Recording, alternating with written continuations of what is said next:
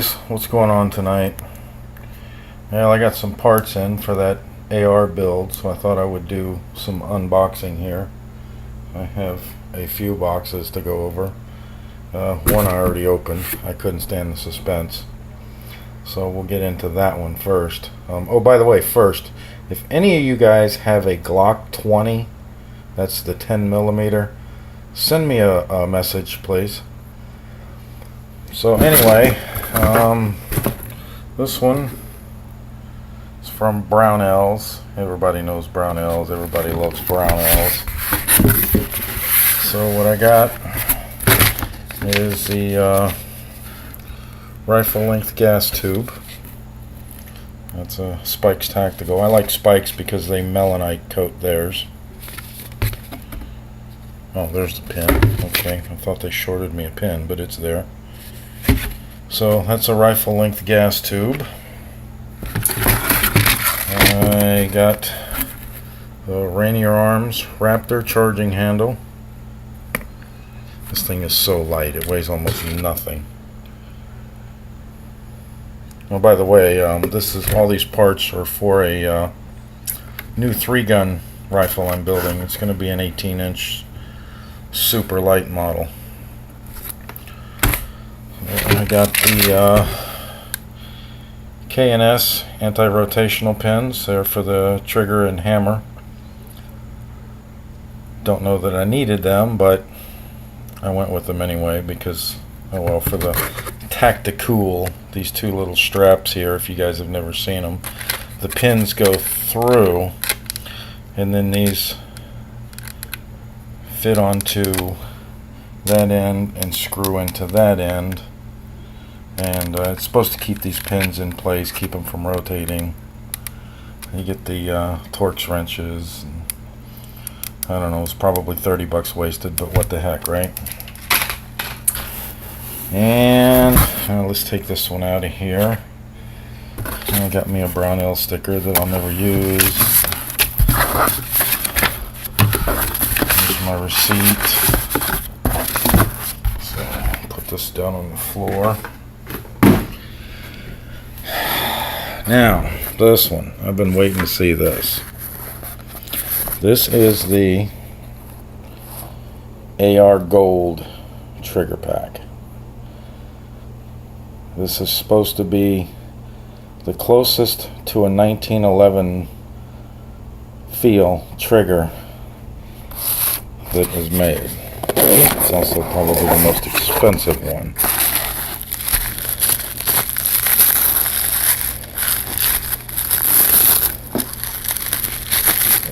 If you've never seen one,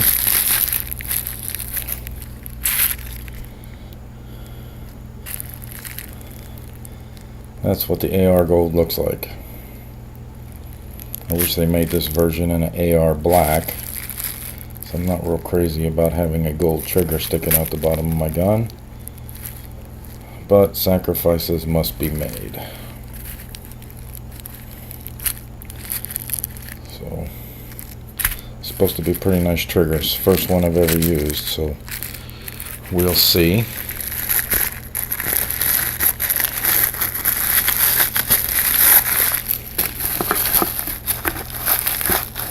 And there's the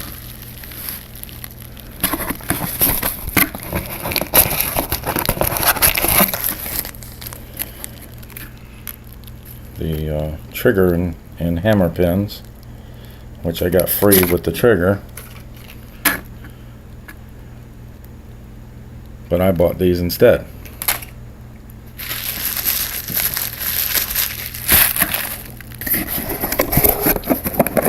So,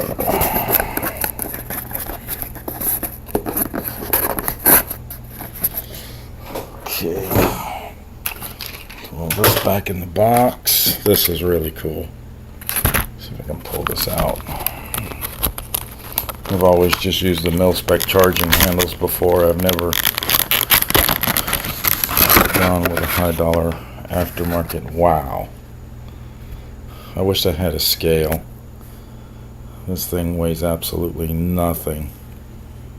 And the finish on it is pretty incredible. This is the first one of these I've ever went with. I'm a lefty, so if you'll notice as I get into this build, why it looks like it's being set up a little strange. Normally I don't really do anything different on my rifles. I set them up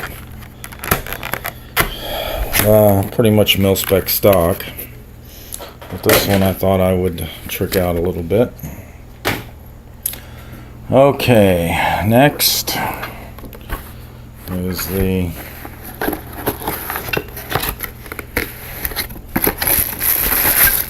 this is the upper and lower. I've already covered this, just in case you didn't see the videos.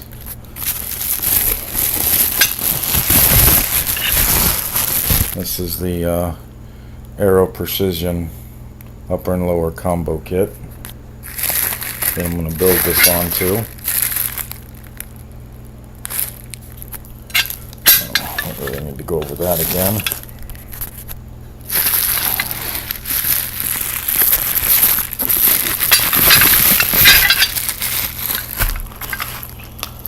Set that off to the side. This is from Pro Ear. Well, I marked the wrong address out the first time.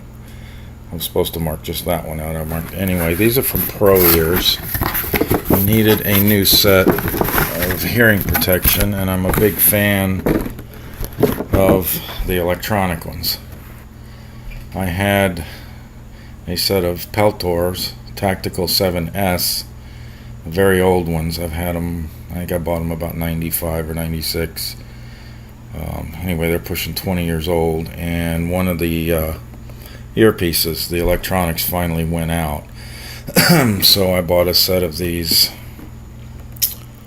I don't know if you can really see it or not. Anyway, they're the ProTac 300s. These have a noise reduction rating of 26.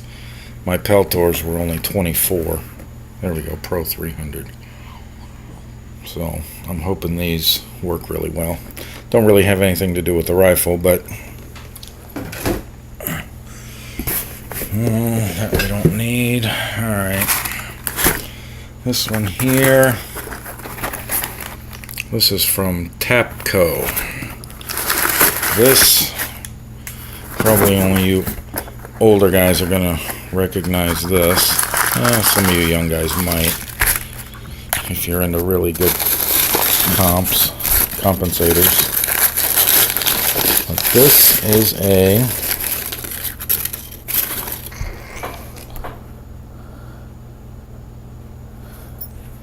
I don't know if you can see it. It is the PGRS-1. This is the MacArthur comp. This is regarded as probably the best compensator ever built. The guy, Bruce MacArthur, is still around. He does still make these, but it's, you give him $175 and then you wait to get your compensator. I was lucky enough to find one used. I've been wanting to try one of these for a long time. This one's actually marked M16, but it's the same thread. Goes on, it mounts this way, or actually this way. Yeah, like this on the barrel. And I can tell you right now that the range officer and the scorekeeper are not going to like me. Everything vents out the sides. This thing really barks. But your rifle won't even move with this one. This was invented back in the 80s. Guy came out with it. Very popular comp back then. Since then, a lot of the technology is the manufacturers have caught up with this guy, but this is still regarded as one of the best comps ever made. I've never used one. I've only seen them, and I was impressed. And like I said, I was lucky enough. I got that used from Tapco out in Oklahoma, I think it was. Yeah, Carter, Oklahoma. So put that in there. Next This is from Tactical Inc. out of Salinas, Kansas. These are the battery assist devices.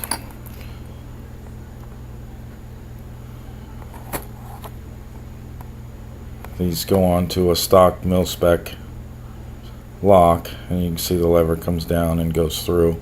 Again, I'm a lefty, so this may seem backwards to everybody, but if I'm holding the gun in my left hand, I can turn the gun sideways when I need to reload. With this hand, I can pop the mag release, throw it, jam a new mag in, and hit the other side of that slide. Reload. I've never had one of these, but we're going to try it out. I bought 2 of them because I want to put one on my 16-inch as well. So I think there's a lot of companies. Magpul makes them. I think Bravo makes one, or maybe it was Troy. A lot of guys make these. I like this one the best because you see here it fastens on. It still clamps just like the others do, but it's got 2 threaded screws and then the set screw, and it just looks like it's going to be more solid. Probably the best one, if you guys are interested, these are $18.95 a piece, shipped, so very good price.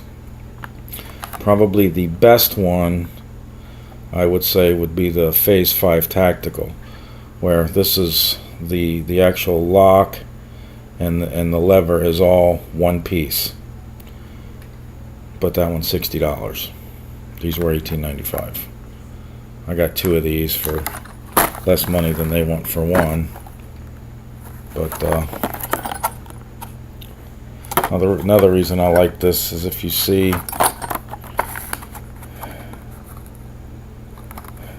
right under it there, if you see the bottom, how it's got that notch, it's supposed to give you a little bit of finger relief. These extend out a little further through the lower, so that's why I'm saying, or I'm hoping it will be easier for me to pull the mag, jam a mag, hit that with my thumb, and never have to change my firing grip. Anyway, that's my theory and I'm sticking to it. What else we got here? Okay, well, we got one more for right now. This is from my buddy Bobby over at DOA Arms. He is the one I got the upper and lower kit from.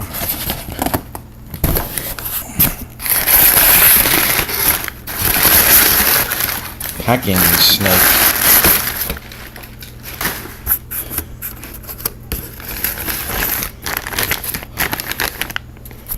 There is a 40 round PMag.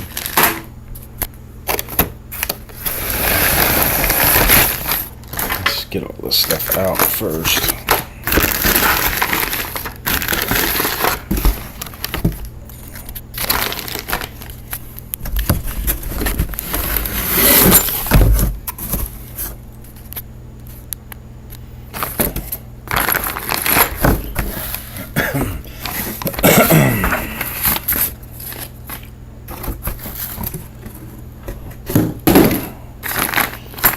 Okay, well, we got the 40 round PMag, I showed you that.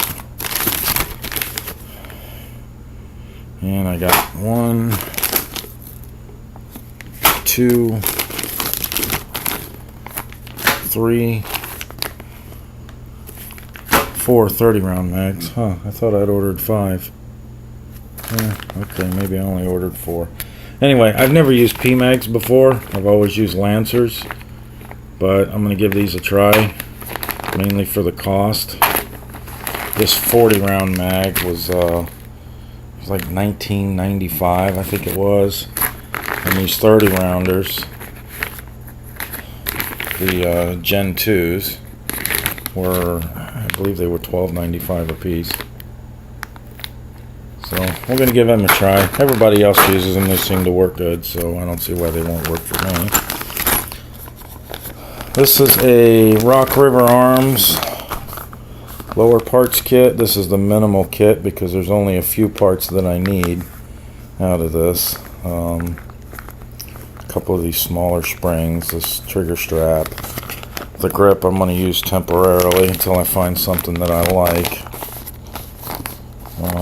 This does have a trigger in it someplace, which obviously I won't be using. So anyway, that's Rock River arms. I got the port door and the forward assist.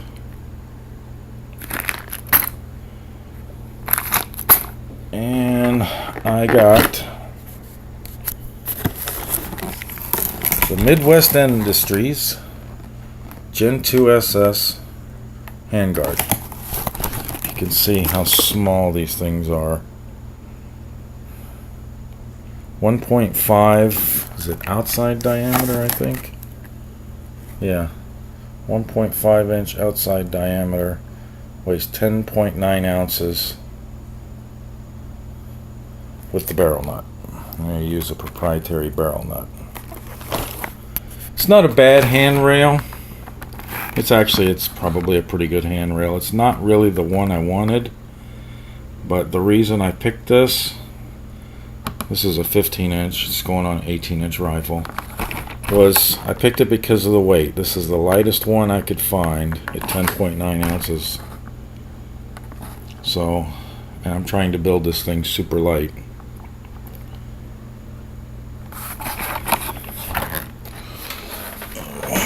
That in there. Magazines don't need to go in there. So anyway, there's some more parts for it, guys. I got the barrels coming tomorrow, and let's see what else. The barrels, the safety. I got the Battle Arms development, ambi safety, so we'll be using that. Let's see, what else did I get? 18 inch barrel, that's coming in from Green Mountain. Bolt carrier group. I went with the Rubber City bolt carrier. They're low mass. It's I forget the weight on it, but it's only like an ounce or 1.2 ounces heavier than the JP low mass bolt. But it's $120 cheaper, and they sell the complete bolt carrier group was $261.50 shipped. That's over $100 cheaper than the JP. Not saying that the JP is not good. I'm just saying for the money, I'm going to give this Rubber City a try. And I'm sure there's other stuff I'm forgetting. The optic I haven't ordered yet. I've got the Weaver, the Caspa Tactical that I'm going to put on it for now because the scope that I want, well, the scope that I want is $2,200. It's a Swarovski, but that's not going to happen. The Millet, they just come out, or actually they haven't even came out yet, but they're coming out with a 1:6 by 24 that I'm wanting to get. Getting older, eyes aren't as good anymore. I need that 6 power for the longer shots, and I like to be able to drop down to a 1 and just basically use it for a red dot on the close in stuff. I will be putting offset sights on this as well, so I will have them, but the only other ones I could find right now were the 1.5 to 6. And I really didn't want 0.5 magnification at the lowest power. I think it would just be weird looking. I've never tried it, so I don't know, but that's what I'm thinking. So anyway, I'll do some more videos as we get going here. We're getting real close to having all the parts in stock. I will keep you guys updated. Take care.